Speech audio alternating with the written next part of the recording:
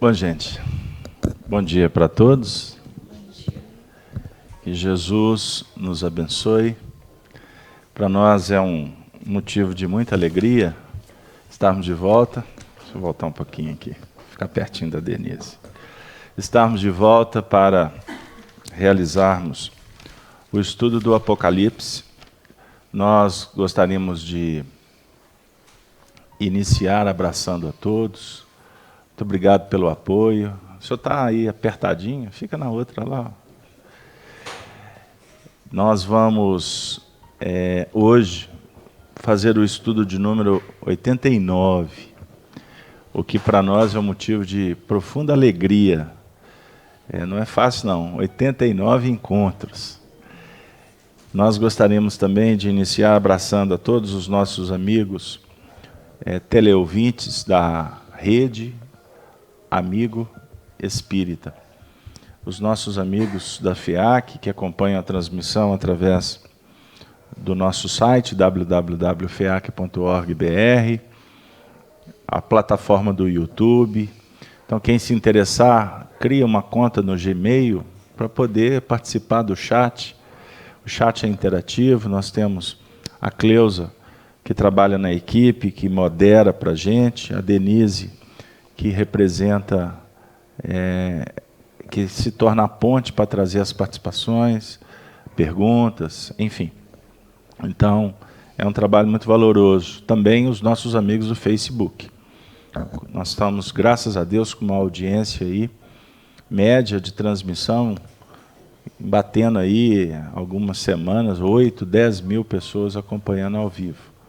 Então, nós abraçamos a todos com muito respeito, em agradecimento, e que Jesus possa felicitar, abençoar a todos, e também os seus familiares, porque quando o indivíduo está em casa, por exemplo, criando essa abertura, essa ambiência, a espiritualidade encontra recursos para também estender os benefícios para os familiares que estão ali do lado. Então, vamos lá, sem delongas. Hoje nós vamos iniciar o estudo do Apocalipse no que remonta ao capítulo 5. E o tema nosso hoje é o livro dos 7 selos. O livro dos 7 selos. Então nós vamos fazer a leitura a partir do primeiro versículo. Eu não vou ler todo o capítulo, porque ele é extenso, e vamos ler aqui, vamos sentir até onde a gente vai. A partir do primeiro versículo, capítulo 5, repetindo. O texto diz assim: E vi na destra do que estava sentado sobre o trono um livro escrito por dentro e por fora, selado com 7 selos. E vi um anjo forte, bradando com grande voz: Quem é digno de abrir o livro e de desatar os seus selos? E ninguém no céu, nem na terra, nem debaixo da terra, podia abrir o livro, nem olhar para ele. E eu chorava muito, porque ninguém fora achado digno de abrir o livro, nem de o ler, nem de o olhar para ele. E disse-me um dos anciões: Não chores, eis aqui o leão da tribo de Judá, a raiz de Davi, que venceu para abrir o livro e desatar os seus 7 selos. Vamos ficar por aqui.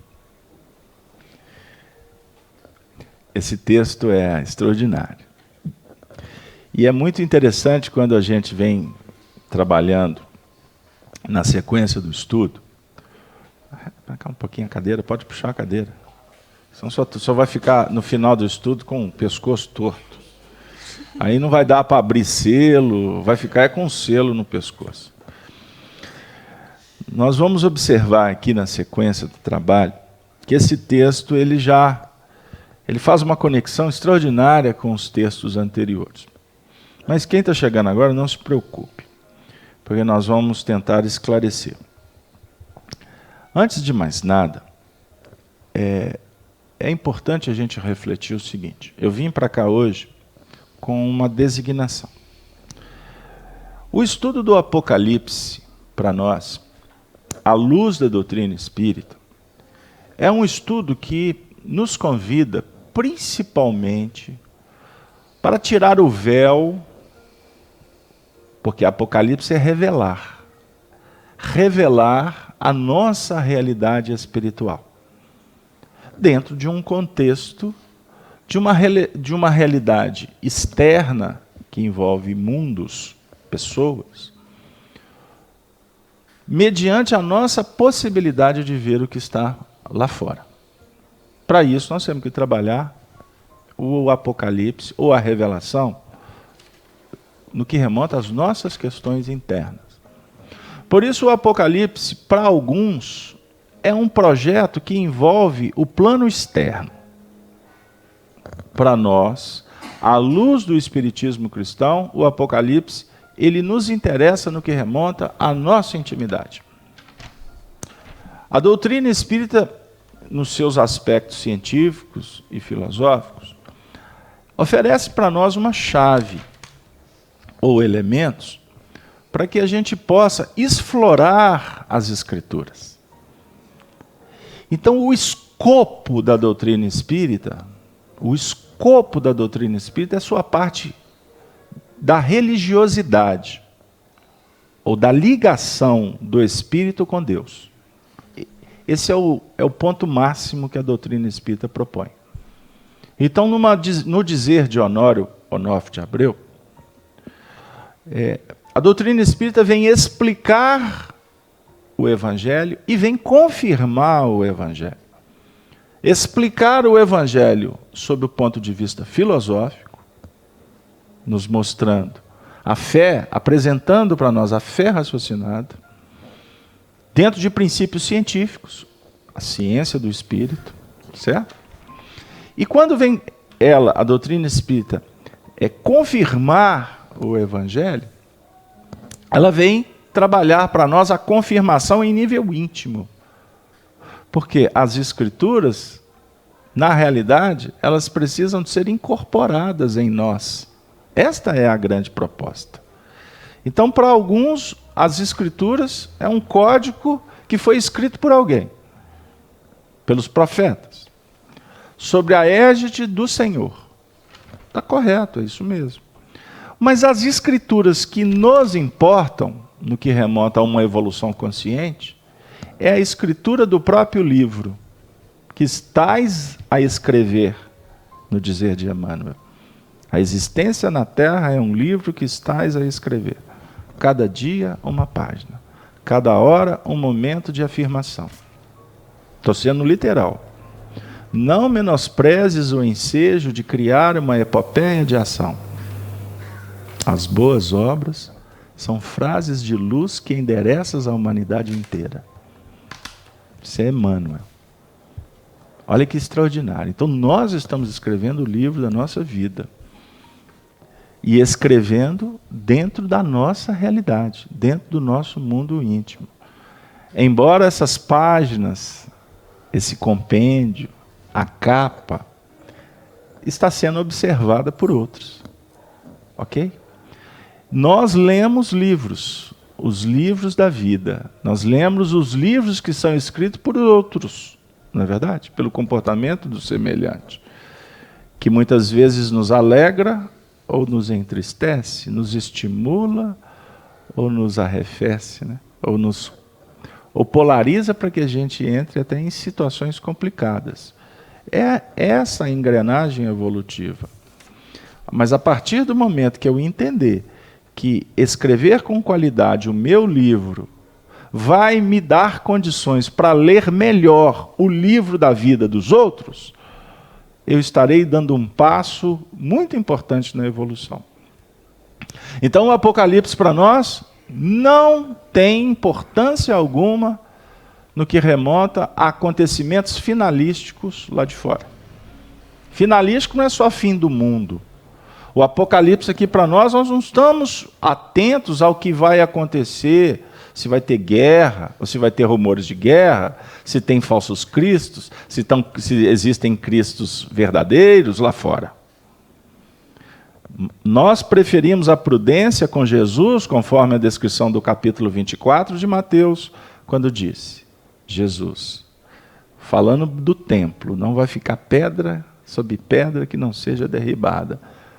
Acautelai-vos de promessas ou de profecias. Acautelai-vos. Ele não está dizendo que não existam, mas ele está dizendo, acautelai-vos, porque ouvireis de guerra e rumores de guerra.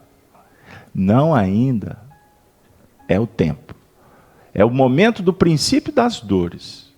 Então, ao longo da história da humanidade, muitos se preocuparam em interpretar o Apocalipse com previsões ou com acontecimentos lá de fora. Por exemplo, Isaac Newton tem um belo tratado sobre o Apocalipse, onde ele descreve a história da humanidade de uma forma belíssima. Nós temos autores, por exemplo, na década de 30, um engenheiro paulista de nome Marius, que escreveu um livro chamado As Quatro Babilônias, que ele faz interpretações, mostra a equação, como que funciona a profecia. Ele dá dados, ele faz até projeções de acontecimentos, mas são projeções sobre um ponto de vista humano. Espíritos que fazem projeções estão fazendo projeções sobre o ponto de vista da limitação desses espíritos. Porque Jesus disse que nem o Pai, aliás, só o Pai sabe a hora. Só o Pai. Nem ele, Jesus, se arvora como aquele definidor do que vai acontecer. Fiz-me claro? Então, todos os envolvimentos, todas as tarefas, todos os esforços para fazer profecia, eles são nobres, são tentativas. Mas o nosso foco aqui, nós estamos no estudo de número 89, e desde o primeiro estudo, em momento algum, nós entramos nesse circuito. Porque não é o objetivo nosso. O objetivo nosso é o estudo psicológico do espírito, à luz do espiritismo cristão. O que faz do nosso trabalho um trabalho prudente, um trabalho seguro, um trabalho que não tem ufanismos e que nem se movimenta na periferia. O tempo todo nós estamos sendo chamados para olhar para dentro de nós mesmos. Por sinal, foi o que Allan Kardec tentou nos mostrar, inclusive fazendo um comentário na Revista Espírita sobre umas previsões que surgiram que o mundo ia acabar em 1811, aí depois, em 1940, Kardec faz uma análise sobre esse assunto, que isso é perder tempo, enquanto a vida está passando uma velocidade incrível. E por fim, me recordo agora de uma mensagem de Thomas Edison, através de Chico Xavier, quando Thomas Edison fala que na Terra ele se preocupou com seus inventos, inclusive foi ele que inventou a lâmpada. Mas quando chegou no mundo espiritual, ele percebeu que ele deveria partir para uma outra luta. Descobrir como fazer luz íntima. E eu me recordo também de uma página que foi psicografada por Wagner Gomes da Paixão, publicada pelo Honório Abreu, num livro intitulado Evangelho Redivivo, e nessa obra tem uma página ditada pelo espírito Canuto de Abreu, que foi um grande historiador espírita. Canuto de Abreu. E o Canuto de Abreu diz assim, que lá no mundo espiritual, ele agora estava trabalhando com o Evangelho por dentro. Porque aqui na Terra ele trabalhou com o Evangelho por fora. Aí eu me recordo de Emmanuel dizendo para o Chico, que estava preocupado com as pessoas, aí ele disse assim, Chico, por fora com os homens e por dentro com Deus. Nós estamos aqui tentando trabalhar o por dentro com Deus, para a gente estar bem, ou por fora com os homens. Certinho? Nós gostaríamos de abrir, então, as nossas reflexões sobre o capítulo 5, trazendo uma síntese que foi escrita pelo grande expoente do Espiritismo, Caibar Schutel, que diz assim sobre o capítulo 5. Desculpa, gente. O capítulo, nós estamos, o capítulo 5. Capítulo 5, isso aí. Amai os vossos... Jesus, só um minutinho, está aqui. Só um instante, por gentileza. Falhou aqui. Capítulo 5. Caibar diz assim, capítulo 5. Aparece ao vidente, João, um livro selado com 7 selos. É o livro do futuro, que fechado para todos, só podia ser aberto pelo Cordeiro. Jesus, o Cristo, que venceu para romper os 7 selos. Então aparece a João o Cordeiro, com 7 chifres e 7 olhos, que são os 7 Espíritos de Deus enviados a toda a terra. O número 7 simboliza a perfeição. É o número completo. Dá a ideia do desenvolvimento integral do Espírito. Vemos as 7 virtudes que encarnam a perfeição. As 7 cores, os 7 sons, as 7 formas, por exemplo, cone, triângulo, círculo, elipse, parábola, hipérbole, trapézio. Os 7 dias e etc. O chifre na velha poesia hebraica é o símbolo da força. Ao receber o Cordeiro, o livro, desenrola-se um espetáculo maravilhoso. Os 4 animais e os 24 anciões caem de joelhos diante do eleito. Têm todos nas mãos cítaras e vasos de ouro cheios de incenso. E cantam um cântico novo. Tu, só tu és digno de pegar no livro e de lhe abrir os selos, porque tu fostes morto, e com o teu sangue ganhastes para Deus uma grande quantidade de eleitos de todas as tribos, de todas as línguas, de todos os povos, de todas as raças, e os elegestes para nosso Deus, reino e sacerdotes, e reinarão sobre a terra. No mesmo momento, João vê muitos anjos ao redor do trono, das criaturas viventes e dos anciões, e ouve-os clamando com grande voz: digno é o Cordeiro, que foi morto, de receber o poder, a riqueza, a sabedoria, a força, a honra, a glória, a bênção. Vai começar a abertura do livro, e vão ser rasgados os selos. Desculpem, mas eu não podia perder a oportunidade de trazer o Caibar.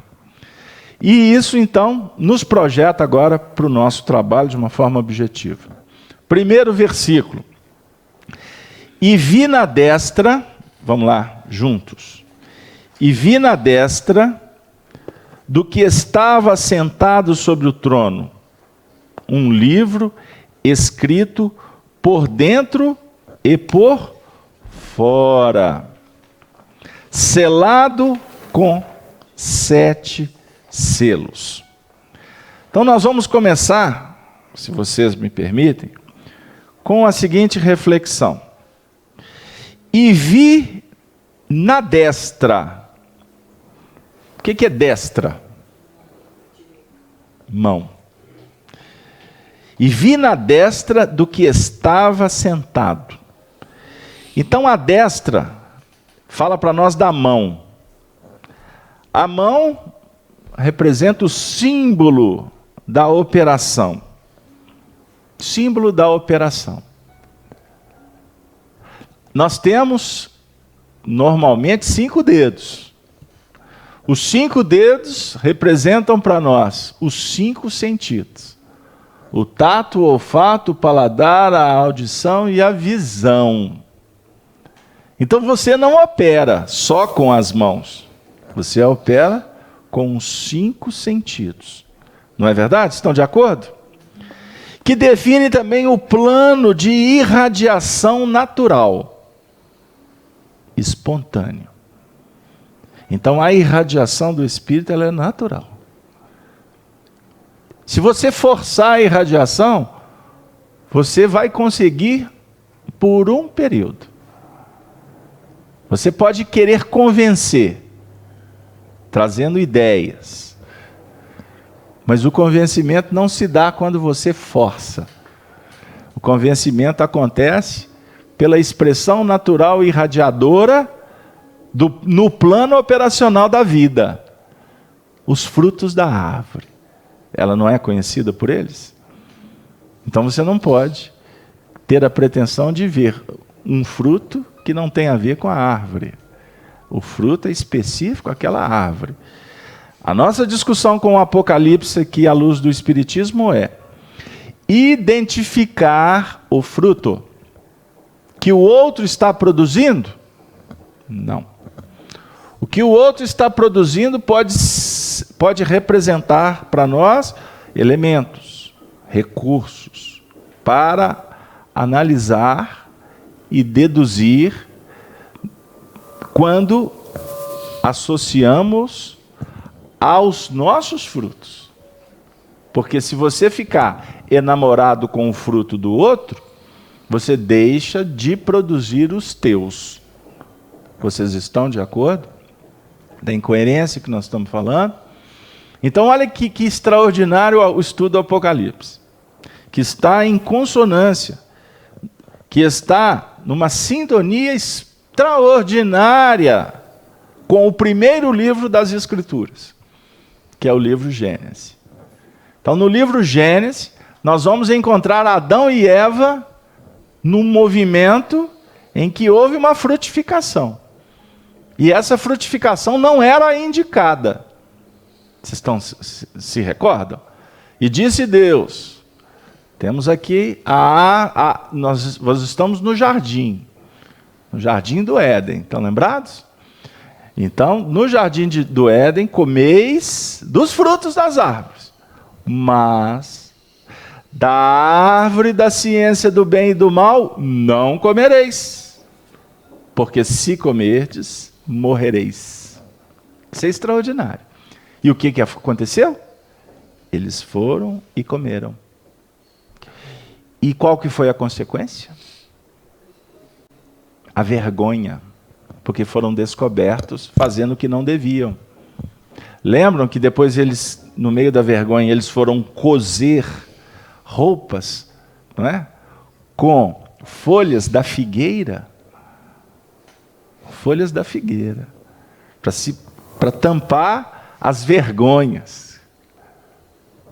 O povo fica achando que são coisas externas, mas é a vergonha íntima. É quando nos descobrimos, não é o outro descobrir o que você faz. Embora tenha gente que fica assim. Tenha gente prestando atenção no seu comportamento. Lamentável. Lamentável. Porque estão deixando de operar. Não olham com bondade o comportamento do outro. Olha com olhos inquisitoriais. Para pegar o indivíduo no erro. Para depois sair criticando. São fariseus. Se a gente estiver fazendo o mesmo, paremos com isso. Levantamos a bandeira branca e sejamos amigos. Entenderam aí? Jesus fala para nós sobre compaixão. Tende compaixão. Misericórdia quero. Não é isso? Então nós temos que trabalhar nesse sentido de compaixão, porque quanto mais compaixão tivermos, mais compaixão obteremos da providência divina. Então, a mão aqui fala para nós exatamente desse plano operacional. E a Marisa está lembrando aqui que a destra fala da destra direita. Você vai usar da mão direita. Olha meu caso, que complicação, eu sou canhoto. Já nasci errado. Hein? Errado não, virado. Muito bem. Devia estar focado na luz, está virado para a treva. Estou brincando. A mão direita no sentido de lançar a rede para a banda da direita, disse Jesus. Pegaram aí? A esquerda é um movimento de resposta. Não tenha dúvida, porque tem ação e tem a reação. Tem a luz, tem a subida e tem a descida. Então, é a dualidade que a gente vem discutindo aqui. Por isso é que nós temos duas mãos. Nós temos 2 olhos. Nós temos 2 ouvidos. e temos uma boca. Por que uma boca? Cada um tire a sua própria conclusão.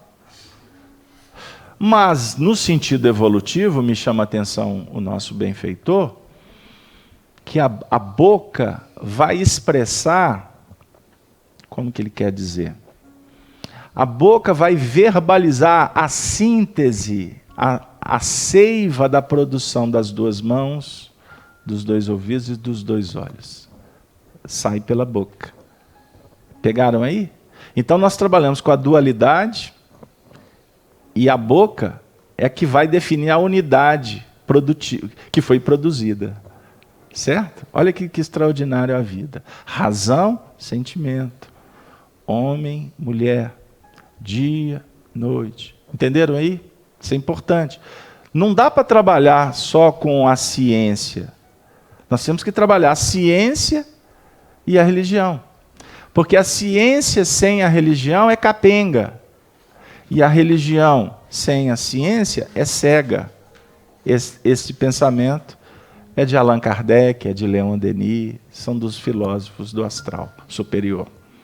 Continuando. Então vamos lá. E vi na destra do que estava sentado sobre o trono. Vocês estão se recordando que nós trabalhamos a questão da configuração simbólica do próprio Criador no trono? O Criador que gerencia o mecanismo da evolução? E o Criador, sentado no trono, gerenciando os mecanismos da evolução, ele irradia pela destra. Olha que extraordinário.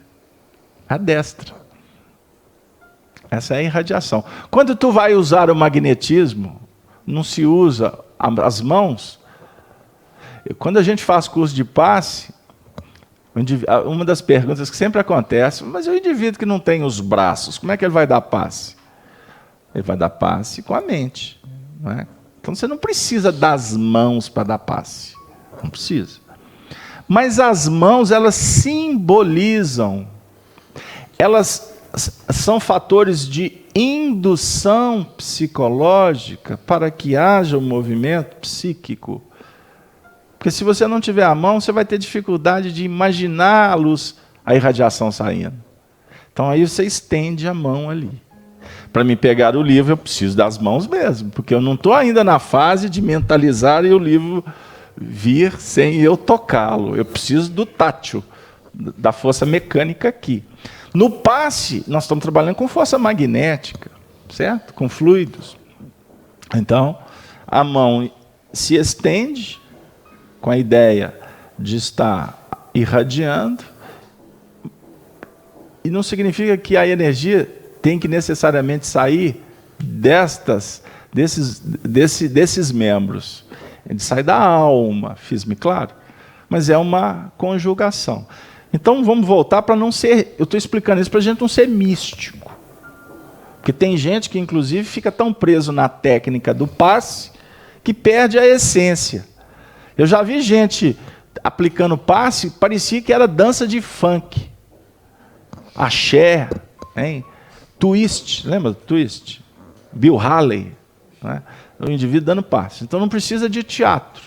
Mas se usa técnicas, recursos, exatamente para auxiliar nesse processo da indução psicológica de quem aplica e muitas vezes até de quem está recebendo. Porque na hora que ele vê uma mão, estou recebendo. Não é a mão. Mas a mão representa o ato que dimana da intimidade do indivíduo. Fiz-me claro? Então nós vamos lembrar que é a irradiação do Criador. Deus, Criador do universo? No seu sentido absoluto, sim. Mas numa análise relativa, o Criador somos nós que estamos em busca de sentar no trono. E nós vamos sentar no trono, o trono representando o centro dos nossos interesses. Estão lembrados que a gente estudou aqui o trono? O trono é o que a gente escolhe, o que a gente elege.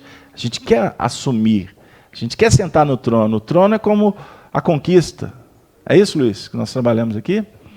Então, o trono no sentido de adquirir autoridade. autoridade para gerenciar. Gerenciar o quê? A vida dos outros? Não. Gerenciar o mecanismo evolutivo que nos compete. Deus não opera... aliás, a justiça divina, ela se manifesta na misericórdia do tempo. Então, Deus nos concede o tempo para evoluir. A justiça humana favorece que nós entendamos o tempo. Mas a grande massa está sob o impacto das dores humanas. Os espíritos que vão se graduando passam a trabalhar numa ambiência superior e administrar os impactos, administrando o tempo. Então vocês estão aqui hoje conosco estudando Apocalipse. O tempo podia estar sendo usado para ficar deitado, descansando um sábado de manhã em casa debaixo do cobertor em determinadas regiões aí do país. Ah, está chovendo, vou ficar em casa. Está usando o tempo para ficar em casa. Mas nós aqui nos movimentamos para usar o tempo para vir aqui, para refletir, para estudar, para conviver. O que tudo isso vai favorecer para que nós sejamos pessoas melhores. Porque você está se esforçando. E é no esforço é que a gente ganha. É que a gente aprende. Luiz, eu vou contar agora com a sua participação aí na questão da destra, desses primeiros movimentos. Vamos lá.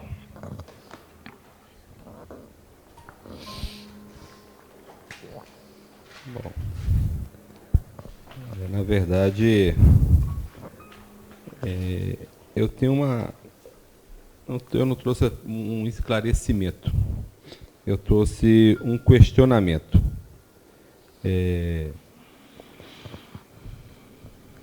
Uma busca de entendimento. O livro, ele está na destra de quem estava no trono, né? Aquele que está com a autoridade de estar ali. A primeira questão que eu trago é o seguinte: quem escreve, você mesmo falou, quem escreve o próprio livro somos nós mesmos, né? Você citou Emmanuel, cada dia eu tenho uma página da minha vida que eu estou escrevendo, né? Aí eu não compreendi por que esse livro ele foi selado, sabe? Que é o... Porque eu escrevi esse livro, será que é? Eu não tenho o entendimento, ou esse livro está escrito por dentro e por fora, mas obrigatoriamente o texto não fala que esse livro foi escrito por mim também, né? Então pode estar se referindo a um outro livro, do qual Jesus é que teria o total compreensão sobre esse livro para que ele pudesse ser aberto. Então eu estou trazendo um pouco assim mais de um questionamento para ver se a gente abre um pouquinho a ideia. Vamos pensar o seguinte, vamos para a nossa intimidade. Aí o assunto fica bem envolvente. Como que nós nos movemos na evolução?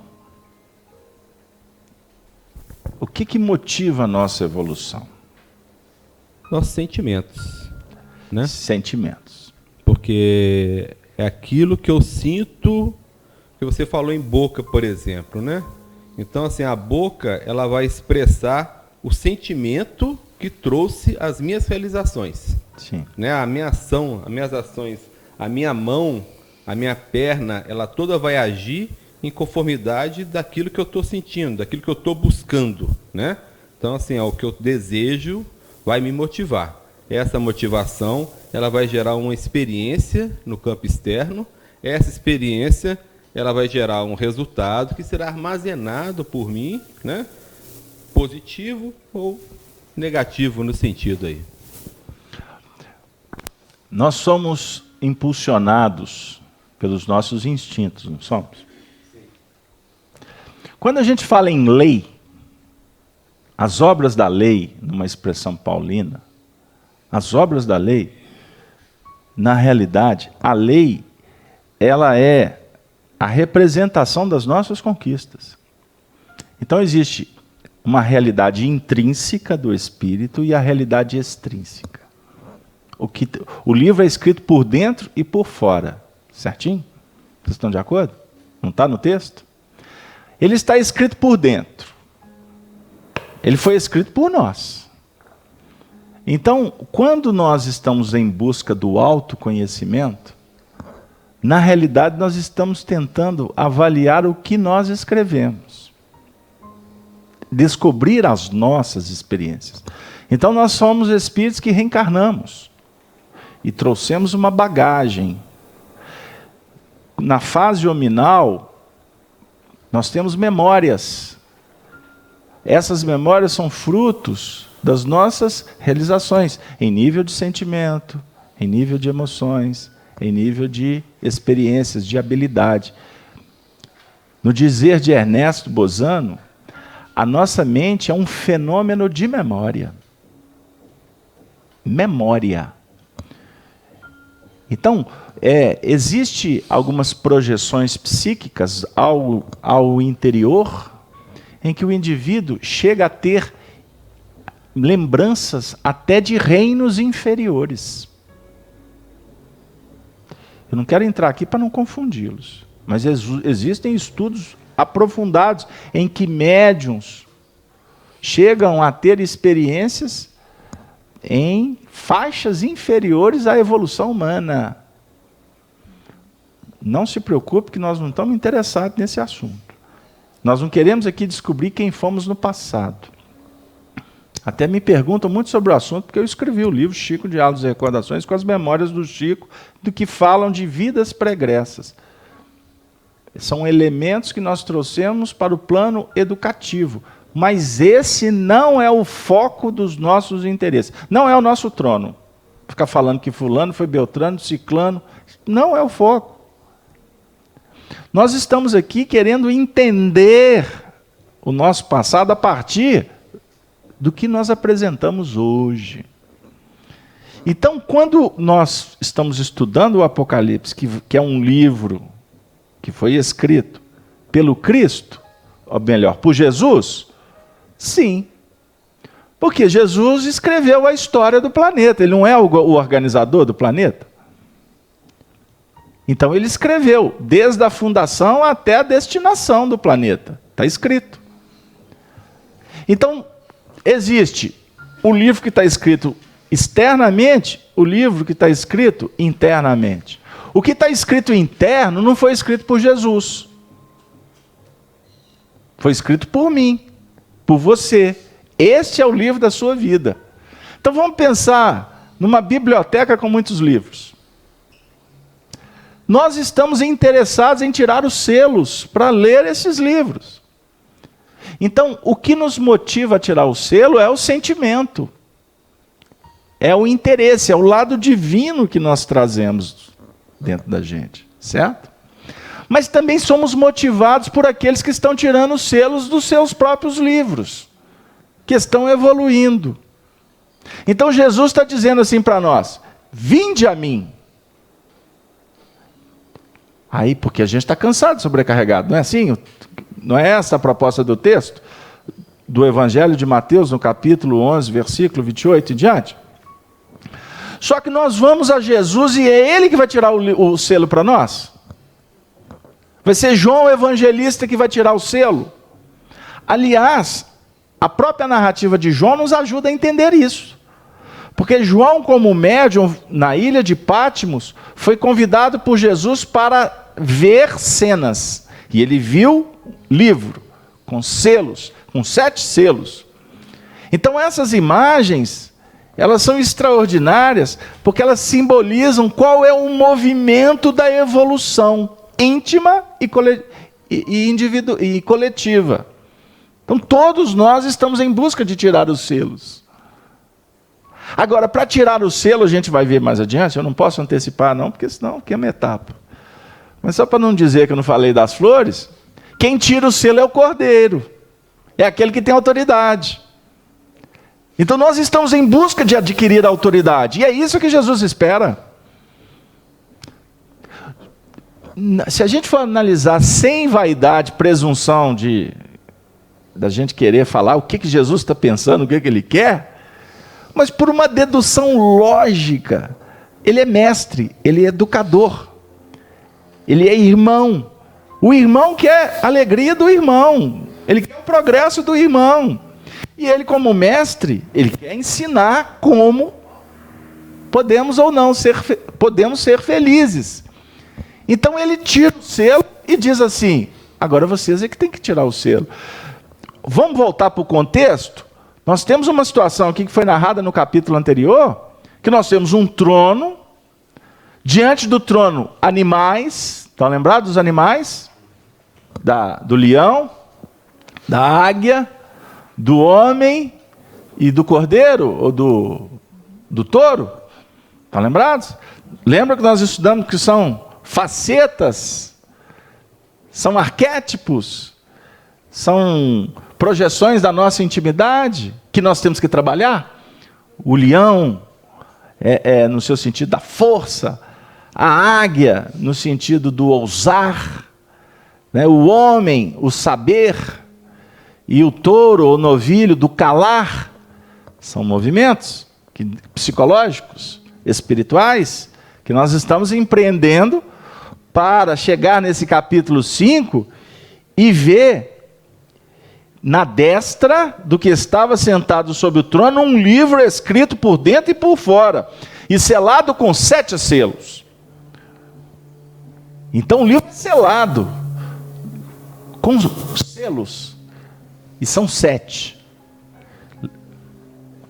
Nós trouxemos aqui uma reflexão do Caibachuta, que falou um pouquinho dos 7, mas nós podemos também lembrar dos 7 dias da semana, lembrarmos que cada dia é uma etapa evolutiva, e que o número 7 é o número completo da evolução, é o número que representa a completude do sistema, dos ciclos. Nós estávamos conversando agora, né, seu Sérgio? Nós falamos assim, estamos numa nova etapa. Essa nova etapa, ela precisa ser vivida com muita intensidade, como foi vivida a etapa anterior. Porque as coisas continuam. Agora, se eu olhar para esse momento da minha vida e falar assim, acabou, eu não vou olhar para a etapa que está nascendo. E não vou valorizar a etapa que ficou. Então, outro dia eu citei isso num ambiente muito, muito espiritualizado, muito amigo, fraterno. Eu disse assim, que se a gente, por exemplo, quando queremos reverenciar uma alma que a gente ama, nós devemos reverenciá-la realizando as coisas boas que ela gostava de fazer ou que ela tentava fazer. É a melhor maneira da gente reverenciar uma pessoa. Ficar dando título, aplaudindo, homenageando, isso é bobagem. Isso é pura bobagem. Então, nós convivemos, a nossa vida ela é recheada de ciclos, de etapas, de oportunidade, de pessoas. Então, tudo que acontece conosco favorece para que nós possamos entender esse mecanismo de fora, mas acima de tudo de dentro. Então, o próximo, Luiz, ele me ajuda a tirar um selo de fora. Porque o próximo se revela mostrando os seus frutos. Jesus se revela para nós, não é verdade? Vós me chamais mestre e Senhor, e dizeis bem, porque eu sou. Ele admite verbalizando? Não. Ele confirma nas atitudes. Então, a confirmação de Jesus para nós é um mecanismo interativo, é um mecanismo de misericórdia. Então, ele nos ajuda a tirar o selo de lá mas ao mesmo tempo nos convidando a tirar o selo de cá. Então nós precisamos de entender o que nos impulsiona. Então, por exemplo, quando a gente fala sobre lei divina, a tendência teológica nossa é pensar em Deus, e nós temos dificuldade, né? Porque a gente humaniza ele, e a gente fica imaginando Deus sentado num trono, escrevendo leis, não é? Normativas, e trabalhando dentro de princípios de castigo ou de compensação. Está correto, Regina? A gente acha que Deus vai nos punir, ou que Deus vai nos dar uma bicicleta de presente, para a gente fazer, ó, Calói 10. Oh, você me fez lembrar quando eu ganhei uma Monarch. Ganhei uma Monarch dobrável. Olha que barato.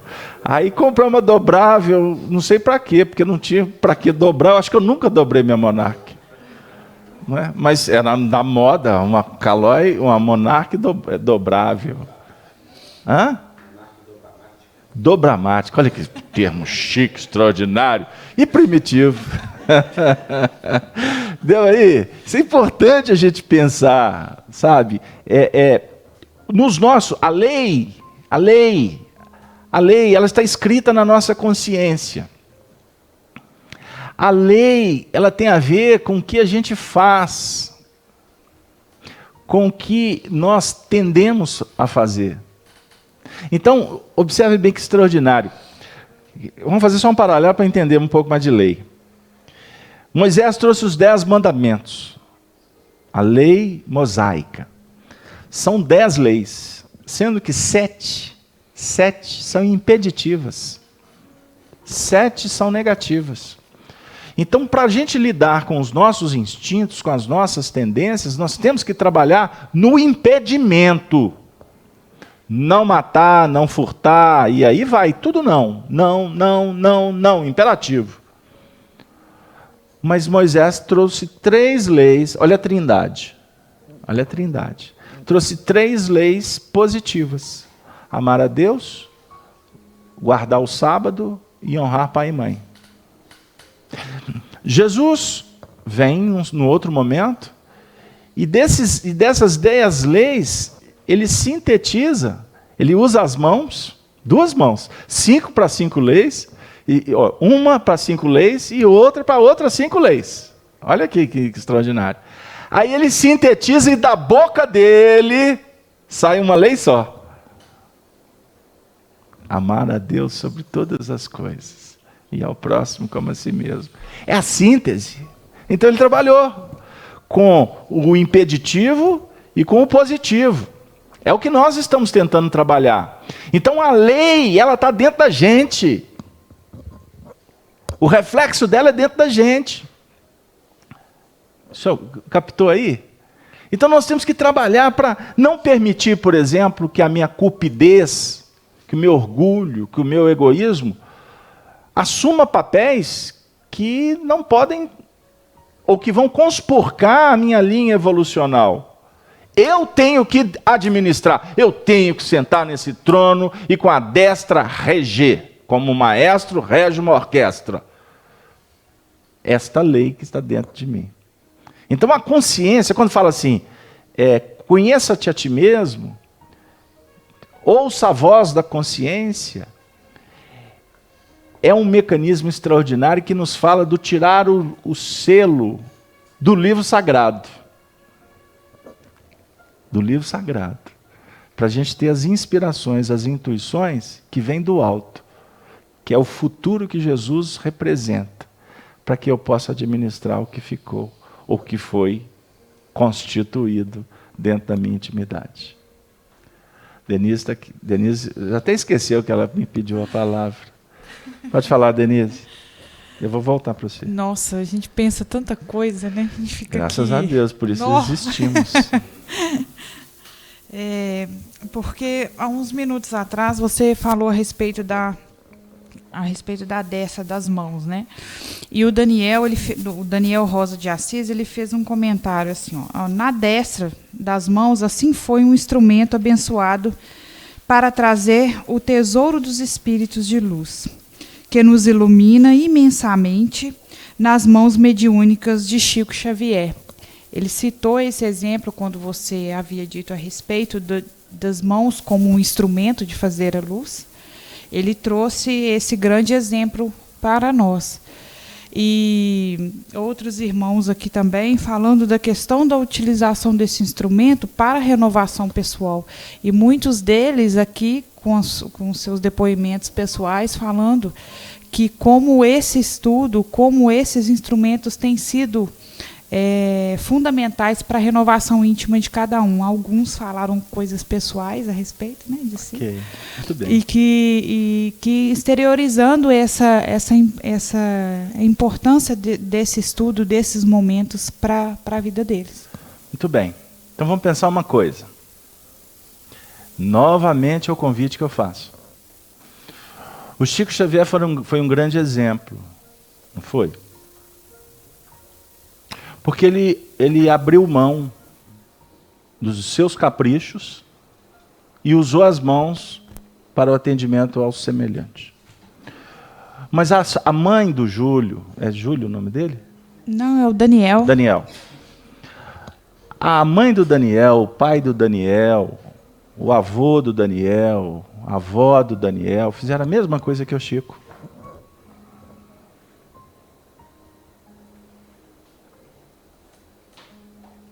Não, Carlos Alberto, o Chico foi o Chico. Tudo bem, fica por aí. O nosso convite aqui é mais profundo, porque senão a gente fica na periferia. E o Chico sentado aqui do nosso lado, porque de vez em quando ele visita os mais necessitados. O Chico ia dizer, mas é isso mesmo, gente. Todos nós temos que aprender a abrir mão do capricho pessoal e usar as mãos para escrever essas frases luz. Todas as tarefas são importantes. Não tem tarefa que é mais ou menos importante. Porque a tarefa estará vinculada às necessidades de cada um. Então, sem idolatria, sem transferir para fora, o que nós temos que entender que a nossa tarefa, porque senão a gente fica maravilhado com livros lá e esquecemos o livro de cá. Por isso é que o estudo do Apocalipse para nós não é para agora. Tirar o selo é para o futuro. Pode ser que tudo que nós estamos fazendo aqui, pode ser não. Eu não tenho dúvida. Vai ser elemento que lá na frente nós vamos avaliar. Assim, olha, lá atrás eu falava disso, agora está na hora de eu colocar em prática. Ou seja, nós estamos fazendo profecia. Nós estamos profetizando o nosso futuro. Entenderam o que eu quero dizer? E quando você estende a mão para dar um passe magnético, você está trabalhando a sua iluminação. O médium que vem para a atividade mediúnica, ele está se educando. Ele não está vindo aqui cuidar dos espíritos, embora aconteça. Ele está vindo aqui para resolver as questões pessoais, em nome do outro, em nome do semelhante. O semelhante é as mãos que eu usei, que nós utilizamos aqui como recurso de indução psicológica e espiritual. Então está lá o indivíduo chorando. Você pensa, não, peraí, vou cuidar das suas lágrimas. Não chora não. Ou chora que vai te fazer bem. Cada caso é um caso, não é verdade? Este movimento de enxugar ou de falar para ele chorar, na realidade, você está trabalhando, renovando o seu sentimento. Você está aprimorando os seus valores. Você está deixando de pensar em você e pensar no outro. E quando você pensa no outro, você está entrando numa outra laçada, você está tirando outros selos. Luiz, continua aí, que você falou que tinha 2 perguntas. Já até esqueceu? Já voou, né? Não. Primeiro, assim, eu só queria voltar. Eu sei que não é legal eu ficar voltando, mas é que você falou uma coisa que eu não tinha pensado. Quando você falou que eu sempre escutei isso, que Jesus sintetizou os 10 mandamentos nesses dois que você falou. Mas só agora que você falou, é que eu atinei que realmente, quando você fala assim, amar a Deus em todas as coisas e ao próximo como a si mesmo. Aí é que eu atinei para a coisa, porque quando realmente você ama o próximo como a si mesmo, você sintetiza todos os nãos. Né? Os nãos desaparecem. Certo? Porque se eu vou amar ao próximo como a si mesmo, eu não vou roubá-lo. Né? Porque eu não quero que ele faça comigo.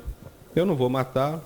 Então, só esse parênteses que na hora que você falou, que é a primeira vez que eu consegui, assim, raciocinar essa fala. Só para dividir, não sei se... Não, extraordinário. Então, Luiz, vamos pensar. Vamos para a história.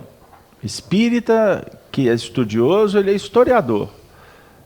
E historiador não comete equívocos quando tiver que citar alguma coisa.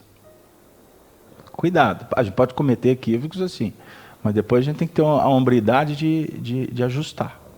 Então eu sou muito cuidadoso, porque não é fácil não. Nossa responsabilidade é grande, mas vamos voltar.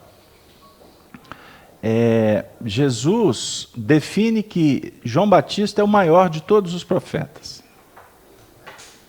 Então ele fala assim, dos nascidos de mulher, João é o maior. Qual que é a ideia que nós poderíamos trabalhar com mais amplitude? Eu não vou discutir aqui personalidades, embora nós temos que fazer isso para João. Porque está escrito no livro A Gênesis, que Jesus, o Espírito de Verdade, iria coordenar o encaminhamento da regeneração do orbe, secundado por Elias. Está escrito, Allan Kardec deixou registrado, secundado. Então, em nível de individualidade, o símbolo é extraordinário. Jesus à frente e João Batista sendo aquele assessor direto. Porque Elias é João Batista, não é verdade? E nós, na nossa concepção, é Allan Kardec também. Mas eu não entro nesse mérito. Não é? Porque Allan Kardec, o seu guia espiritual era Jesus. E há informações claras que o precursor estava encarnado naquele período da codificação. Isso é uma mensagem de Erasto que está na Revista Espírita. O próprio Erasto está no texto lá do Obras Póstumas, quando ele fala que Kardec é o precursor da felicidade celestial. Allan Kardec era tratado por todos aqueles espíritos ali da codificação como o mestre. Bom, se não for Allan Kardec, não for João Batista, não é? Ele pode ter sido Eliseu, o discípulo de Elias. Estão muito pertinho ali, prata de cima. Mas isso é especulação que não altera o preço do euro, nem do dólar. Só dá pano para o povo ficar discutindo, gastando encarnação inteira fazendo pesquisa. E a caridade por fazer. E a luz por brilhar. Porque a luz que brilha é da intelectualidade, que dá fama, mas que não promove evolução. João Batista é o maior, dos nascidos de mulher. Então, é muito simples a gente entender que o profeta principal foi Moisés. Não foi o legislador que trouxe os 10 mandamentos? Então, de Moisés a João Batista, nós temos um ciclo, um período de tempo. Então, nós podemos deduzir com muita tranquilidade que João Batista é o espírito que operacionalizou com a lei mosaica de uma forma quase que perfeita. Dos nascidos de mulher, João é maior. A lei mosaica não foi trazida um pouco mais de 1000 anos antes? Então, nós temos Moisés, o que legisla, o que oferece a lei, que escreve. E João é quem fez, é quem pôs em prática. Entenderam? Calma. Calma. Nós vamos chegar lá.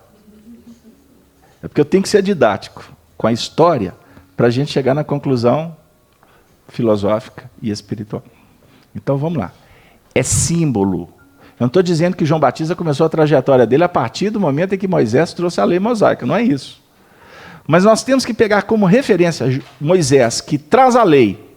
Então nós temos que sintonizar com Moisés, porque nós precisamos de entender a lei. Ou vocês estão plenamente bem, não matam,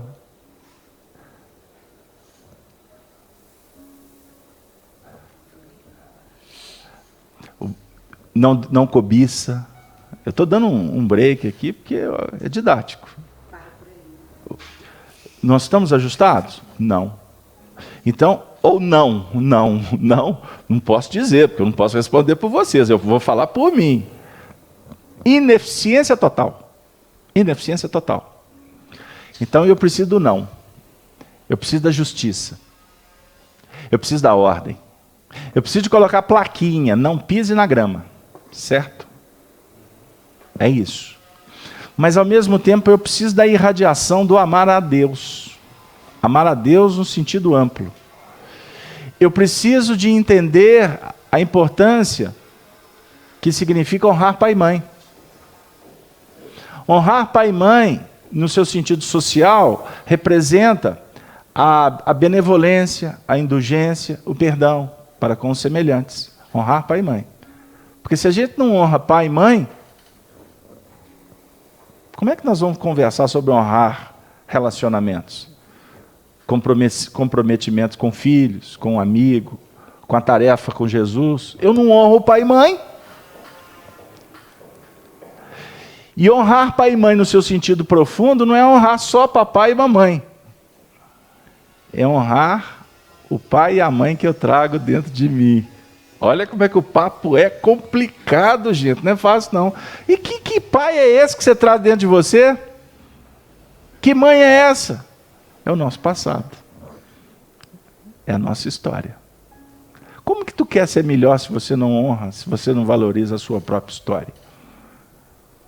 Simão Barjonas. É assim que Jesus trata Pedro. Nós vamos encontrar na passagem de Jesus conversando com os discípulos e perguntando para eles: o que dizem os homens ser o filho do homem?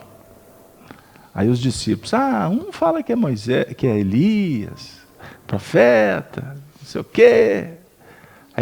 Aí Jesus, na maioêutica, que Sócrates adotou com tanta...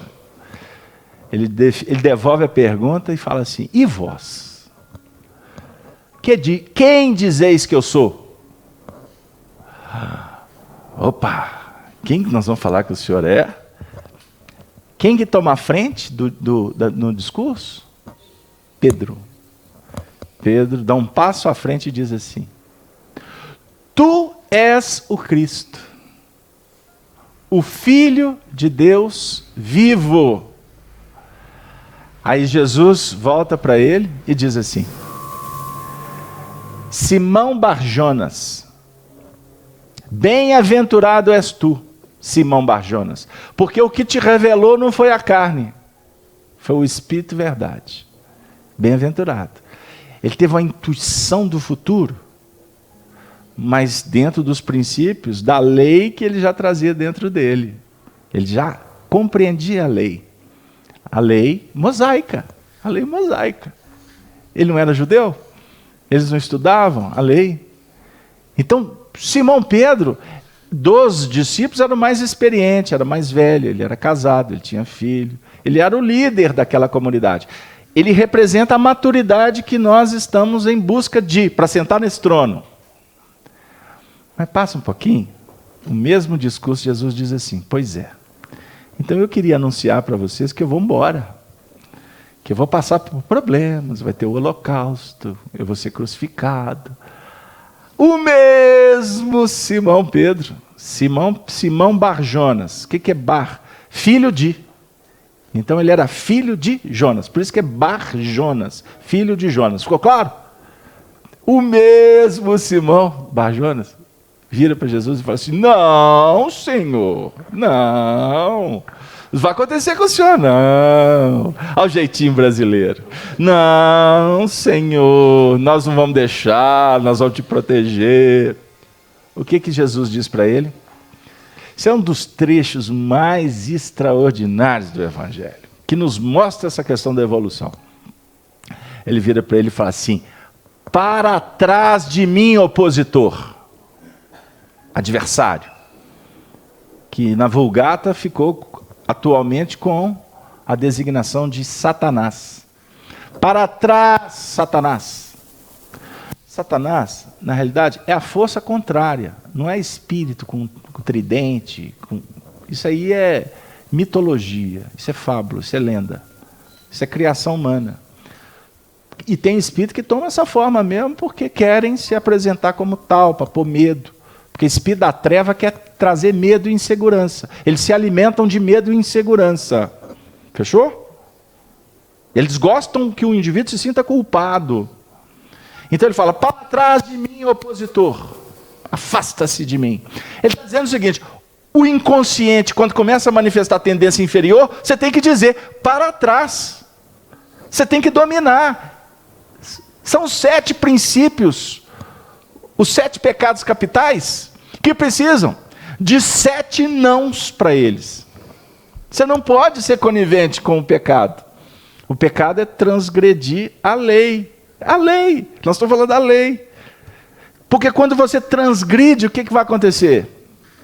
Queda, cansaço, morte, falecimento, dor. Olha que extraordinário. Então, João Batista, que pregava no deserto das consciências, ele falava assim: a voz, isso é uma profecia de Isaías. Isaías faz uma profecia sobre João Batista e sobre Jesus. Voz do que clama do deserto, dizeis: arrependei-vos, porque é chegado o reino de Deus. Arrependei-vos. Isso é extraordinário. Arrependimento é quando você olha para a lei e vê aquele movimento complicado. Porque a consciência dizia assim: não vai não. Aí você foi. Aí quando você foi, você vai se... Aconteceu como aconteceu com Adão e Eva. Você vai cair. Eles não caíram no paraíso? A queda, nesse sentido, traz essa reflexão para nós.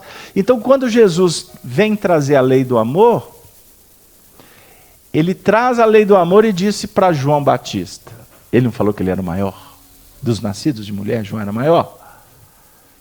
Mas ele mesmo fala assim: mas João Batista no céu é o menor de todos. Por quê? No céu é amor.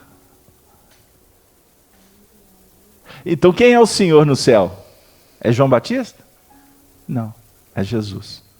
Se a gente for simbolizar João Batista e doutrina espírita, e Jesus, a expressão máxima do amor, nós vamos verificar o seguinte: que são ciclos que nós vivenciamos no processo do aprendizado, que vai nos colocar lá na frente na condição de vibrar nas faixas do amor. Por isso que a disciplina antecede a espontaneidade. Nós temos que trabalhar na ordem, na disciplina mosaica, entender que nosso objetivo é chegar em João Batista, porque João Batista vem trazer a verdade esclarecida, né? Oi? Não estamos não, Bo. Não estamos não. Não estamos não, porque... Você sabe por que não estamos? Vamos refletir com carinho. E não é aqui a apologia às questões místicas, não. É porque todo o processo ele tem as suas etapas.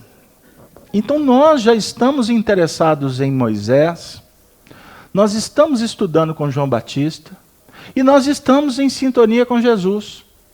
Agora, eu não tenho autoridade na lei mosaica, muito menos tenho autoridade para chamar as pessoas para o arrependimento, como Kardec faz, através da doutrina espírita, e longe de dizer que eu tenho afinidade com Jesus. Afinidade com Jesus. Querem que explique? Uma coisa é você ter sintonia. Essa reunião aqui é para ter sintonia, viu, Regina? A gente não fica assim, e Jesus, e Jesus, e Jesus, e o Evangelho, e Jesus disse isso. Nós estamos criando um movimento de sintonia. Mas na mediunidade a gente entende com Kardec, e com a corroboração de vários espíritos autorizados, dentre eles André Luiz e Emmanuel, que para se ter afinidade, primeiro nós temos que trabalhar na sintonia. Você quer escutar o noticiário, não é? Noticiário geral? Você vai pegar a rádio do seu carro lá, da sua casa, e vai sintonizar naquela estação que tem noticiário. Aí você todo dia coloca lá, às 7 horas da manhã, lá na Rádio Itatiaia, né, seu Cé? Não é verdade? Coloca lá na Rádio Itatiaia. Aí beleza. Aí no dia que você não coloca na Rádio Itatiaia para escutar o noticiário, você fala assim, mas tem um trem esquisito. Eu estou sem rádio, eu estou pescando. Aqui não pega a Rádio Itatiaia, aqui em Furnas, Lago de Furnas. Vamos viajar pelas Minas. Aqui não pega a Rádio Itatiaia. Pô, mas faz uma falta. Aí quando eu volto da pescaria, chego em Belo Horizonte, lá vai o Casalberto, Rádio Itatiaia para escutar o noticiário. Eu sintonizo porque eu já tenho uma afinidade com aquela onda, com aquele programa.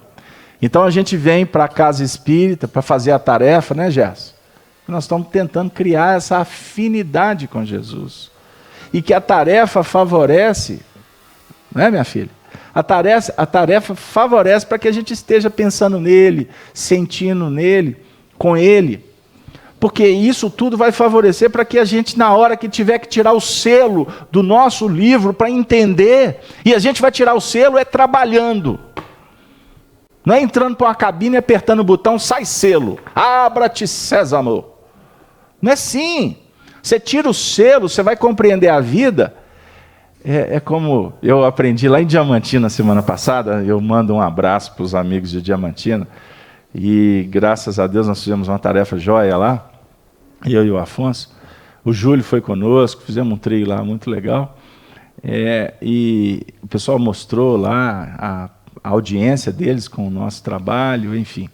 E lá em Diamantina um companheiro disse assim, que a gente só aprende lavar roupa, esfregando roupa. Então o Apocalipse tirar selo é esfregar roupa. É esfregar roupa. Vânia, você ia falar qualquer coisa? Não. Cláudia, passa o microfone para ela, por favor. É muito bom essa reflexão, porque aterriza a gente, né? Que você tem uma trajetória de 20 anos, 30 anos, aí você descobre, poxa, eu tenho que aprender ainda Moisés. Quando você vai lá no capítulo 1 do Evangelho segundo o Espiritismo, eu posso começar pelas bem-aventuranças, porque Moisés eu já passei por ele, eu não vou ler isso não. Aí você vai, desconstrói, eu tenho que voltar em Moisés sim, porque eu ainda tenho que me ater à lei, né? Porque a gente mata sim, mata a esperança no outro. A gente mata tanta coisa, passa por cima, né? E aí a gente começa a perceber, peraí, baixa a tua bola, volta em Moisés, começa a honrar pai e mãe, rever, para você chegar lá na frente, né? Então é muito interessante que a gente começa a se achar e se aterriza de novo e vamos começar. Sem dúvida. Luiz? Mas tem de bom ânimo, né? Como é que é, Vânia? Repete. Tem de bom ânimo. Ok, muito bem. É verdade. A gente pode lembrar também de uma forma assim simbólica, quando foi falado da abertura dos selos, eu lembrei também, por exemplo, da própria doutrina espírita, né? do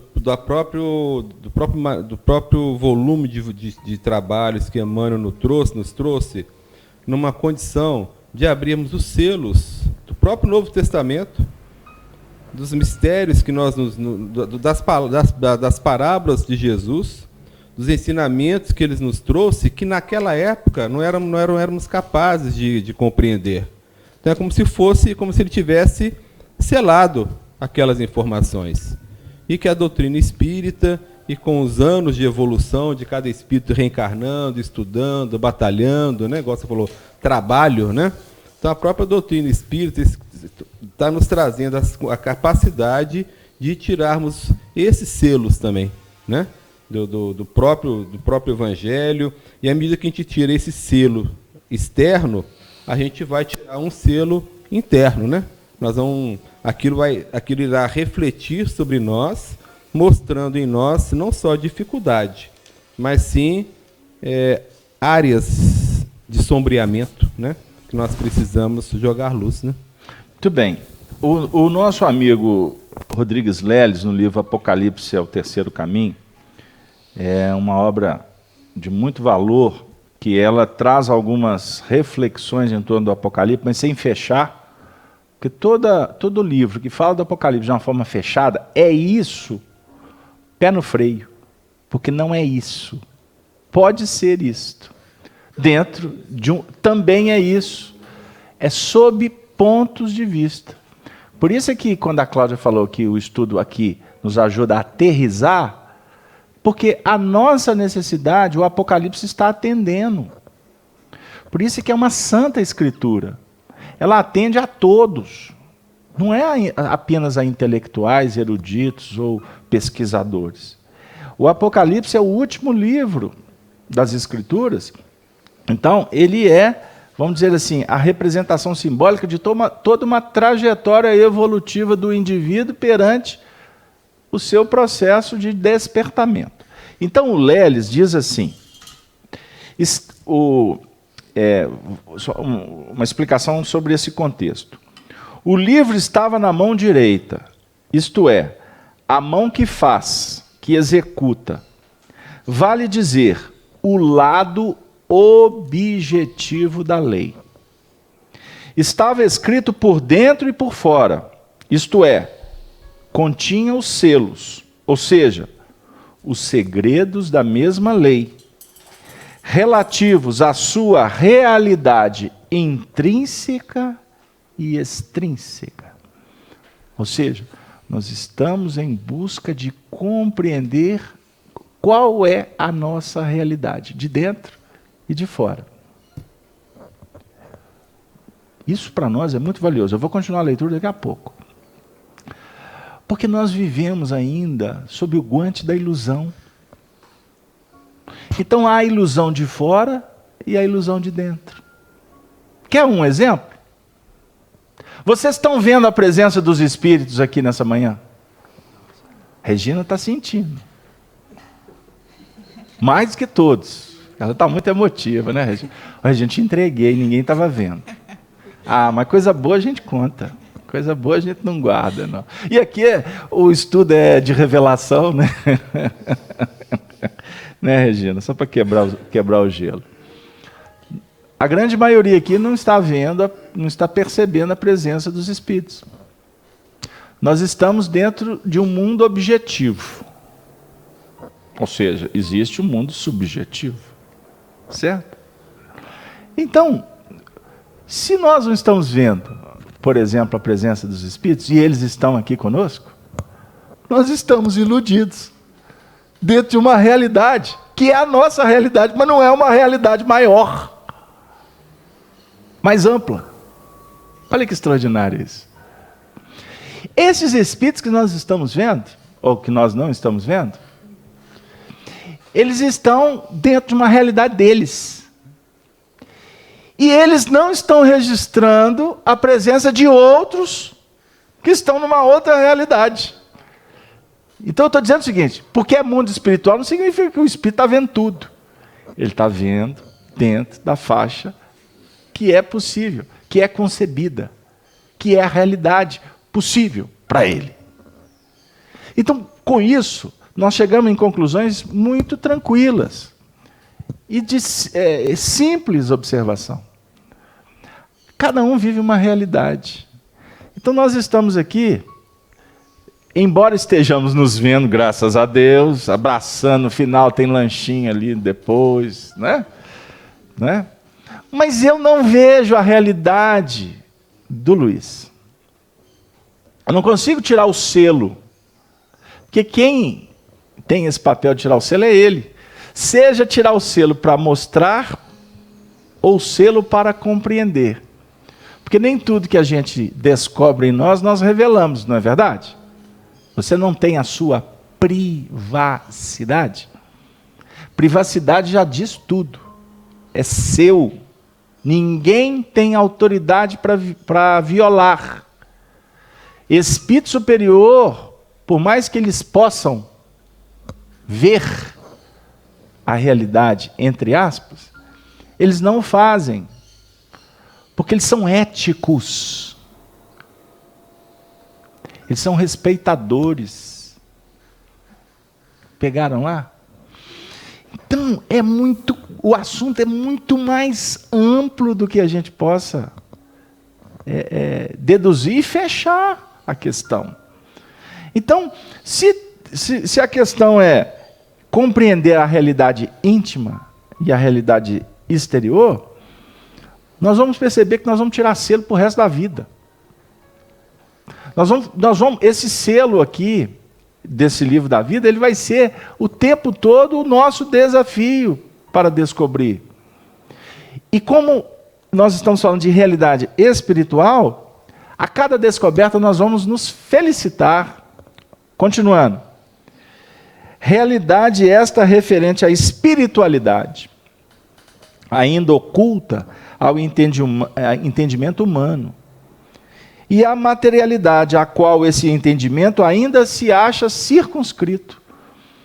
Então, Lélio está falando sobre realidade da espiritualidade e a realidade no que remonta até a própria vida material, que a gente desconhece. Até a materialidade nossa a gente desconhece. Nós não sabemos de verdade, nem direito. Nós não sabemos nem qual é a tônica. Quer um exemplo? Da família. Você conhece a história da sua família? Ah, conheço. Papai, mamãe e vovô. Quem mexe com história, quem lida, historiador, com visão espírita, ele quer vasculhar. Vasculhar para saber qual que é a árvore genealógica apenas, saber de onde que veio lá o seu sobrenome, os princípios, ou quem sabe começar a analisar qual que é a tônica desta família.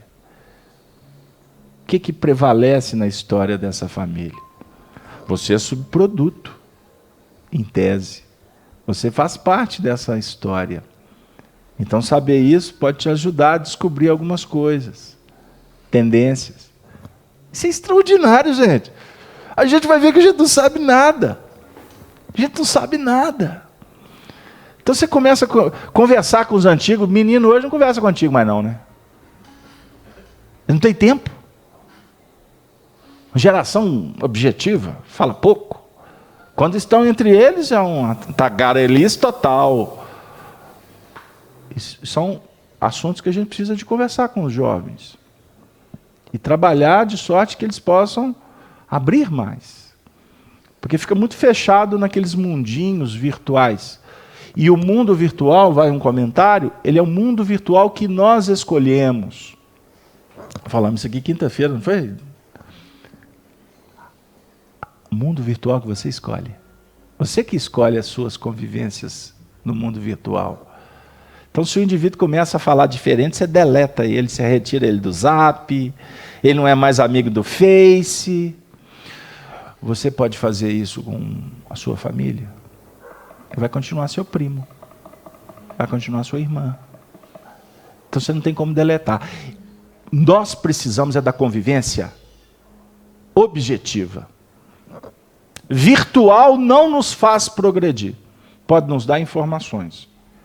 A existência dos selos, o que tem significado de segredos ou daquilo que vela e guarda segredos, demonstra que a lei só se revela àquele que, por maturidade conquistada em função da dor e das desilusões consequentes, torna-se digno de conhecê-la na sua essência real. Quanto mais maduro, mais teremos condições de compreender a essência da lei. Não pode colocar a luz para cegar. A providência divina trabalha com muita paciência com todos nós. Nós podemos, sim, investir para acelerar algumas coisas. Ou quem sabe, não acelerar, mas dar o ritmo devido. Porque também você não pode passar da velocidade, né? O indivíduo tem uma Mercedes-Benz que pode andar 200 por hora, mas o carro dele é para ir ali na Serra do Cipó, aquelas estradinhas cheias de curva, que ele não pode passar de 80, porque senão capota o carro. Mas ele tem uma Mercedes, porque é uma Mercedes. Eu posso comprar uma Mercedes, é um conforto extraordinário. Ele tem uma Mercedes, mas no fundo ele tem um Fusquinha. E fica preso nas questões lá de fora. Eu não ia falar isso não, mas já que escapuliu, foi. Gente, é para a gente só refletir que desilusão, tristeza, infelicidade tem a ver com duas questões básicas que nós vamos encontrar no Evangelho segundo o Espiritismo. Nós somos infelizes materialmente quando nós vislumbramos ter o que não precisamos. Então você pode ser feliz na terra materialmente com aquilo que te é suficiente. Está escrito no Evangelho segundo o Espiritismo, meu Deus! E o indivíduo está sofrendo porque está dando conta de pagar a conta. Mas a televisão dele já era uma televisão boa e comprou de 4K. O carrinho dele, que atendia muito bem, mas ele comprou um carro que vale não sei quanto. Aí está sofrendo igual azeitona.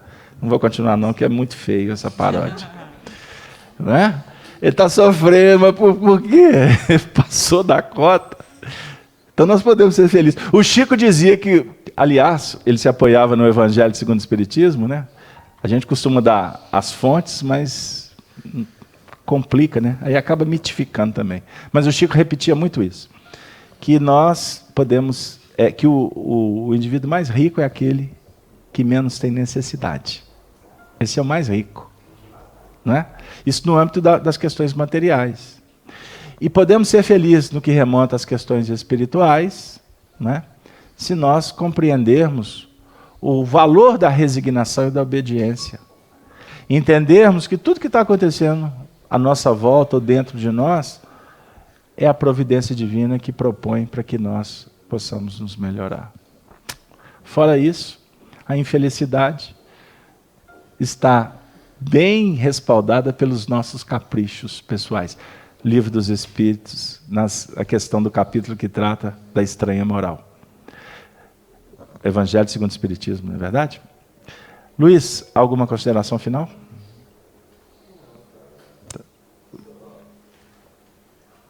Esse final que você falou, que citou o livro, reforça bem essa... quando você falou, eu voltei ao capítulo 4, né? Uhum. Reforçando bem todo o esforço, né, que veio... Na verdade, você falou do historiador que vai voltando, mas se você for voltando nos outros capítulos, nós vamos ler as 7 igrejas, onde são feitos, cada ali é uma etapa, em que cada momento que você vence essa etapa, você conquista um direito, né? Uhum. Até para que você chegue no capítulo 4 e esteja no trono, e no 5 com o livro na mão. Verdade. Né? Muito bem. Conclusão ótima. Gente, semana que vem fica então o convite para o versículo 2. E vi um anjo forte, bradando com grande voz. Quem é digno de abrir o livro e desatar os selos? Quem é digno de abrir o livro e desatar os selos? Então, uma pergunta que nós vamos, se Deus quiser, explorar e tentar ver se a gente dá uma caminhadinha maior, né? Porque se ficar versículo por versículo, está achando que a gente vai continuar o estudo desencarnados. Né? Porque são... Né? Pois é, minha filha, não é fácil não. Nós temos 22 capítulos no Apocalipse. Mas, se Deus quiser, nós vamos trabalhar sobre os ditames do alto. Dentro do que for possível, sem vaidades, sem ufanismos, e sem encastelar, sem enclausurar, sem algemar o estudo do Apocalipse. Então, eu vou repetir para terminar. O objetivo nosso é o Evangelho por dentro. Não é o Evangelho por fora, que pode ser interessante, que pode estar convidando pessoas para se vincularem a boas causas, mas que não nos atendem mais. Porque a nossa questão é de ordem moral. E para a gente caminhar para o mundo de regeneração, não basta conhecer Moisés, as leis. Nós temos que pô-las em práticas e chegar num patamar de João Batista. Não para ser maior entre os homens, mas para ser um espírito numa condição bem melhor do que a que nós apresentamos até agora. Que Deus nos abençoe, que a espiritualidade possa continuar envolvendo a todos os corações que estão nos seus lares, que vão assistir esse vídeo posteriormente, que a nossa ideia é deixar registrado para que outros corações possam conosco aprender, se aproximando cada vez mais do serviço ao semelhante com Jesus e por Jesus. Nós gostaríamos de agradecer a presença de todos, aos amigos do chat, a Denise, e para encerrar, nós vamos pedir que a Marisa, nossa amiga que nos visita e que tem a responsabilidade de levar esses momentos tão belos para os nossos amigos espíritas da Alemanha, que a Marisa possa então ser intérprete da prece final. Vem.